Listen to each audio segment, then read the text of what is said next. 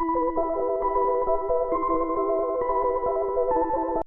my dears, and welcome back to my corner of the internet. I'm Shannon, and today I have another paranormal, possibly type video to share with you guys. My last video in this series, one of you guys actually commented, Kim V. She commented and she said that she'd watched the video and she was talking about kind of spooky type things at work, and one of the things they had gotten to discussing was the Mary Celeste. And I had heard that name, but I didn't know a ton about it. So I dug in, did some research, read about it, found some theories, and just had a ton of fun. And I thought I'd share it with you guys too. So Kim, thanks so much for your comment. You really got the ball rolling for this one. So if you're unfamiliar, the Mary Celeste was an American merchant brigantine, a ship, that on December 5th, 1872 was discovered adrift and deserted. It was discovered by a Canadian ship in the Atlantic Ocean close to Canada, and the Canadian ship found her and reported her in seaworthy conditions, which means there wasn't any visible distress to the ship, there wasn't any visible damage done to it. It looked, for the most part, perfectly fine. The only thing they really had to report was that the lifeboat was missing, along with its 11 passengers, and that was 8 crew members, and then the captain, his wife, and their 2-year-old daughter. They were just all gone with no signs of foul play or anything like that, just disappeared. All of their luggage and belongings were still there, untouched. It didn't look like the ship had been robbed. It just looked like everybody disappeared, which is super creepy, and I get goosebumps just thinking about it. Now, all of this, of course, has led to many theories over the years. Things as wild as alien abduction or an attack by a giant squid.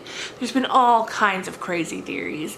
But I thought we'd go over now some of the ones that I found that seem the most probable. Although, of course, you know, we'll never know, but these ones to me seem the most probable. So the first theory I was reading about is mutiny. The initial inspection of the ship found some unusual markings on the boat and what first appeared to be traces of blood. The lawyer who was kind of leading the charge on the investigation, he theorized that he thought some of the crew members maybe got really drunk on some of the alcohol that had been in the ship and then killed everyone else on the boat before taking the lifeboat and leaving. However, a problem arose with that when eventually it was found that what they originally thought was blood actually wasn't. Other theories circulated that maybe it was either pirates, other boats found on the ship, or maybe it was even the Canadian ship that found them. You know, maybe the ship came across the boat and for whatever reason killed everybody and then reported it adrift. But honestly, that idea doesn't make a ton of sense to me because, as was reported, nothing was really stolen off the boat. It was pretty much left as it was. So what would be the motivation for just a bunch of random people in a boat to come up to another boat and just slaughter everybody on board? That doesn't really make any sense. Then there was the theory of an alcohol explosion, which is perhaps the most likely theory of all the ones that I've read. The ship was carrying a load of industrial alcohol. It wasn't drinking alcohol. And it says here, whether due to turbulence or porous barrels, noxious alcohol fumes may have escaped, either causing a small explosion or making the crew think an explosion was imminent. Briggs may have then given the order to temporarily abandon ship, with everyone piling into the lifeboat to sail behind the Mary Celeste until the danger had passed. The rope attaching the boat to the ship may have come undone, leaving them to bob uselessly as the empty Mary Celeste sailed away, abandoning them to the awful immensity of the sea. And to me, that sounds like the most likely thing to have happened.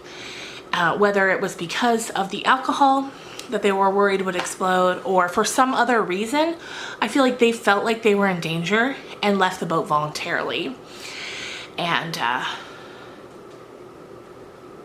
somehow got sort of disconnected from the ship. My favorite theory that makes me laugh, I've got it pulled up here too now, is the alien abduction theory, and that one says there's no getting away from it.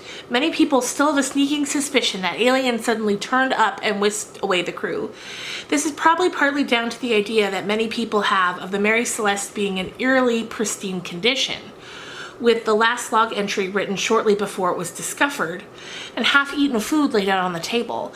That was another thing I had read, was that the ship still had 6 months worth of food aboard her. Like, she was well stocked. It's not like something like that happened where they ran out of supplies and starved or anything like that. There was a ton of food on the ship, and yeah, like this says here, there was half-eaten food still laid out on the table as though they were in the middle of a meal. Whatever pulled them away was something, you know, sudden, and something that caused them to panic or frantically try to get away from the ship.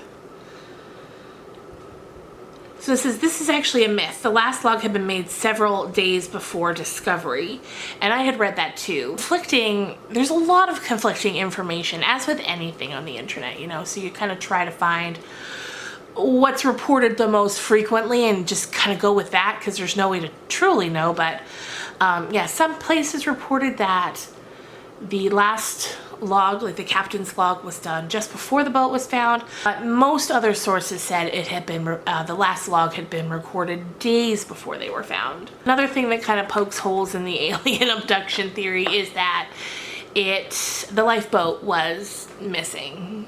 So it seems like they left. For some reason, somehow, they all got in that lifeboat and they left. It's funny, isn't it? Though the ocean itself, water in general, but especially the ocean, there's just something a little eerie about it, especially when you're out in the middle of it. You know, when you're sitting on a beach, that's one thing, but when you're out in the middle of the ocean, there's something very eerie about it. And as a child and a teenager, I spent a lot of time in boats out in the middle of the Atlantic Ocean. And yeah, it just, as beautiful as it is, and I am a lover of that deep open water. I love it. I love being out on it, but there's still that little part of me that gets that a little spooked when I'm out there. I guess it's just because it's so deep, and not only that, what's down there? We don't know. There's so many things that could be down there that we don't know of, from, you know, unidentified mysterious creatures that perhaps we'll never name, to crazy sightings that people report seeing that, you know, can never be confirmed or denied. And another thing that always sort of made my blood run a little cold is the idea of ghost ships, and that's kind of where the Mary Celeste goes now. And how this video takes a turn a little deeper into the paranormal is that since that fateful day, which wasn't the end of the Mary Celeste, we'll get into that in a second, but ever since that day, kind of in that part of the Atlantic, there have been many sightings. There have been many reports of people saying that they have seen the ghostly image of the Mary Celeste sailing out at sea. So much so that it's kind of turned into one of those sea tales that sailors tell each other maybe at the end of a long day. They're down in the cabin sitting together, sharing a glass of whiskey, and they're just telling stories back and forth. The Mary Celeste has become a popular tale to tell. Now, as I mentioned a little while ago, that wasn't the end of the Mary Celeste. When she got found adrift, she was actually put to auction. Here's what it says on Wikipedia. It says the inconclusive nature of the hearings, which was the hearings as to what happened when she was found adrift and abandoned, helped to foster continued speculation as to the nature of the mystery, and the story has repeatedly been complicated by false detail and fantasy. Hypotheses that have been advanced include the effects of the crew of alcohol fumes, rising from the cargo, submarine earthquakes, waterspouts, attacked by a giant squid, and paranormal intervention. After the Gibraltar hearings, Mary Celeste continued in service under new owners. In 1885, her captain deliberately wrecked her off the coast of Haiti as part of an attempted insurance fraud. The story of her 1872 abandonment has been recounted and dramatized many times in documentaries, novels, plays, and films, and the nature of the ship has become a byword for unexplained desertion. So that's quite the history for one boat, you know, that was made. She was built in Nova Scotia, which is interesting. So yeah, she was eventually deliberately shipwrecked. It's always sad to see or hear about such beautiful boats being destroyed, especially deliberately. So yeah, the Mary Celeste, imagine the tales she could tell if she could, of all the things she's seen and the things she knows. So interesting. And like I said earlier as well, as someone who grew up on boats and in the ocean and surrounded by all those sort of nautical things, I find these things so interesting. So interesting. So if you also find them interesting, let me know, and maybe we could do some more dives into ghost ships and see what we can find out, and just other sort of water related spooky stories. Anyway, you guys, that's gonna do it for me for today. I hope you enjoyed this video. I'm gonna have another book talk up for you tomorrow, and I hope you had a fantastic week. Let me know, are your kids back to school? How are things going? As always, I love to hear what you guys are up to and how you're doing. And I will see you tomorrow, guys. Bye.